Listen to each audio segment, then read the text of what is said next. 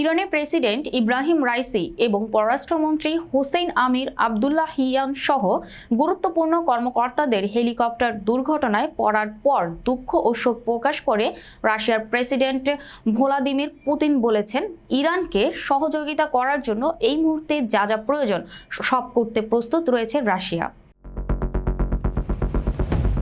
রোববার ইরানের প্রেসিডেন্ট ও পররাষ্ট্রমন্ত্রী হেলিকপ্টার দুর্ঘটনার কবলে পড়ার পর প্রেসিডেন্ট পুতিন মস্কোয় ইরানি রাষ্ট্রদূত কাজেম জালালির সঙ্গে দেখা করে এই কথা বলেন। হেলিকপ্টার দুর্ঘটনার খবর শুনে প্রেসিডেন্ট পুতিন ইরানি রাষ্ট্রদূতকে তার কার্যালয়ে জরুরি আমন্ত্রণ জানান। এই সময় তিনি দুর্ঘটনার বিস্তারিত খোঁজ খবর নেন এবং ইরানের সহযোগিতায় এগিয়ে আসার বিষয়ে রাশিয়ার পক্ষ থেকে প্রস্তুতির কথা জানান। যদিও রোববার রাশিয়ায় সাপ্তাহিক সরকারি ছুটির দিন ছিল, তবুও প্রেসিডেন্ট পুতিন জরুরি ভিত্তিতে তার অফিসে আসেন এবং ইরানি রাষ্ট্রদূতের সঙ্গে বৈঠক করেন। এই সময় সেখানে শীর্ষ পর্যায়ের প্রতিরক্ষা ও নিরাপত্তা কর্মকর্তারা উপস্থিত ছিলেন। প্রেসিডেন্ট পুতিন বলেন, এই দুর্ঘটনায় তারা অত্যন্ত দুঃখিত এবং মর্মাহত।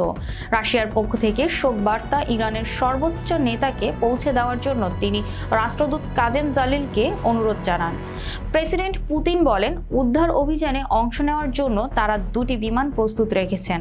সঙ্গে রয়েছে 50 সদস্যের একটি শক্তিশালী ত্রাণ ও উদ্ধারকারী দল।